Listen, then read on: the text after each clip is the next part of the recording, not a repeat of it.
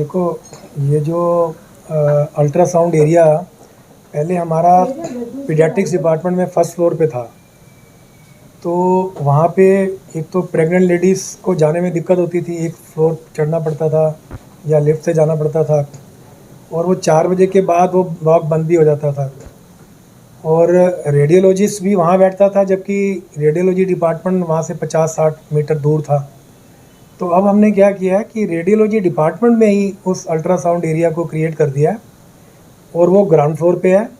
तो अब radiologist ultrasound भी कर सकता है और अपने डिपार्टमेंट को सुपरवाइज भी और मॉनिटर भी कर सकता है। प्लस ओपीडी से वो इजीली एक्सेसिबल है। प्रेग्नेंट लेडीज़ को भी अब एक स्टेयर चढ़ना नहीं पड़ेगा, बड़े आराम से वो अल्ट्रासाउंड रूम में आ सकते हैं।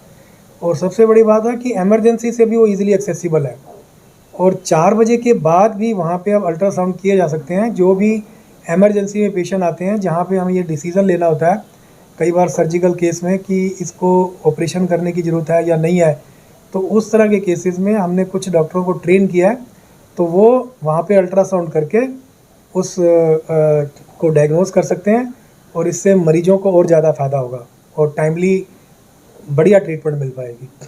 कई तरह के बदलाव किए जा रहे हैं, तो ये किस तरह का बदलाव मरीजों की सुविधा के लिए कारगर साबित? देखो, आपने देखा ही, हमने पिछले 9-10 महीने में पहले ओपीडी के टाइमिंग्स जो 8 बजे थे वो 7:30 बजे किए। डॉक्टर जो 9-9:30 बजे बैठा करते थे अब 8 बजे बैठते हैं। और क्या कहते हैं, जो ओपीडीज़ हैं वो पहले कुछ ओपीडी मतलब पूरे हफ्ते नहीं चला करती थी। जैसे गायनी ओपीडी हफ्ते में 2 दिन चलती थी, ईएनटी और एंटीनेटल ओपीडी हफ्ते में 4 दिन चलती थी। अब वो सारी ओपीडी हफ्ते में 6 दिन चलती हैं।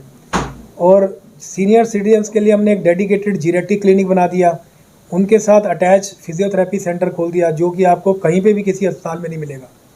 ऐसे ही जो हमारे जैसे अस्पताल हैं 20-25, इनमें इनफैक्ट टर्शरी केयर हॉस्पिटल भी, टोबैको सिसेशन सेंटर की कई फैसिलिटीज़ नहीं है, हमने टोबैको सिसेशन सेंटर भी वहाँ क्रिएट कर दिया।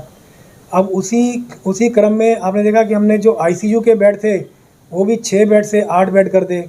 मैटरनिटी पेशेंट्स की सुविधाओं के लिए जिस कमरे में उनका वेट और बीपी चेक होता था, उसी कमरे में हमने उनके ब्लड टेस्ट की फैसिलिटी कर दी, ताकि उनका जो 1.5-2 घंटा लाइन दूसरी लाइन में लगता था वो भी कम कर दिया। और इमरजेंसी में आपने देखा हमने ट्रायल सर्विस स्टार्ट की, जिससे जो लेस सीरियस पेशेंट है उनके लिए ग्रीन जोन अलग से बना दिया, ताकि जो सीरियस पेशेंट है वो एक्चुअल में उनको अटेंशन मिले और डॉक्टर उनको टाइमली ट्रीट कर पाएँ। तो उसी प्रक्रिया में ये भी एक नया कदम था कि इसमें एक तो प्रेग्नेंट लेडीज़ को और एक इमरजेंसी के मरीजों को अल्ट्रासाउंड के ज़रिए जल्दी से जल्दी और टाइमली सुविधा और इलाज में बेहतरी मिले। देखो, अभी आज हमने ऑर्गेनिक वेस्ट कन्वर्टर का भी इनॉग्रेशन किया मैडम ने। तो उसका मकसद ये था कि जितनी भी ऑर्गेनिक वेस्ट है, जैसे सब्जियां हैं, सब्जियों के छिलके हैं, फ्रूट के छिलके हैं, या लेफ़्ट ओवर फूड्स हैं, तो वो सारे के सारे इधर उधर कूड़े में डाल दिए जाते थे, या वो कूड़ेदान वाला आता था और लेके चला जाता था।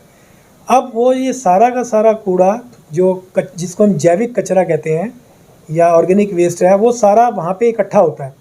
उसको हम सेग्रीगेट करेंगे कि जितना भी ऑर्गेनिक पार्ट है उस सारे को इस वेस्ट कन्वर्टर मशीन में डाल दिया जाएगा, और इस मशीन में 24 घंटे के अंदर ये अपने आप प्रोसेस होगा और एक ऑर्गेनिक खाद हमारे लिए तैयार हो जाएगी।